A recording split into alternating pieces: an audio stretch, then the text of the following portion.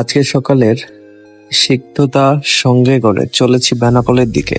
শহরের কোলাহল ছেড়ে প্রকৃতির কোলে একটু সময় কাটাতে যাই। বেনাপোলের এই ফুলের বাগান যেন এক রঙিন স্বপ্ন, যতদূর চোখ যায় শুধু রং আর সুবাস।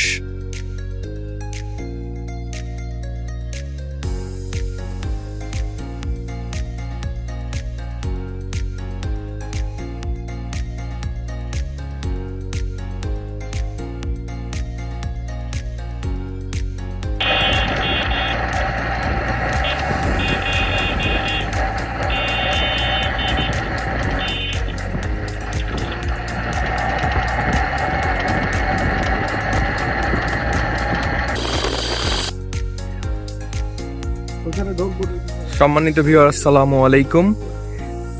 যশোরের ফুলের রাজ্য থেকে আপনাদেরকে স্বাগতম। আজকে আপনাদেরকে দেখানো হবে যশোরের যে ফুলগুলো চাষ করা হয় এবং সেগুলো কি প্রসেসে চাষ করা হয় এবং যে একদম মাঠ পর্যায় থেকে কিভাবে ফুলগুলো উঠে আসে সেগুলো আপনাদের সামনে আজকে তুলে ধরার চেষ্টা করব।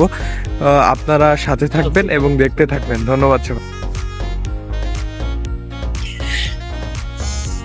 এখন আপনি যে ফুলটি দেখছেন এটি চন্দ্রমল্লিকা। বহু রঙের এই ফুল শীতকালে ফুটে চারপাশকে রঙিয়ে তোলে। মাটি দোআঁশ বা বেলে দোআঁশ মাটিতে ভালো হয়। রোপণ সময় আগস্ট সেপ্টেম্বর মাসে চারা রোপণ করা হয়। গোবর সার, টিএসসি বা ইউরিয়া ভালো ফলন দেয়।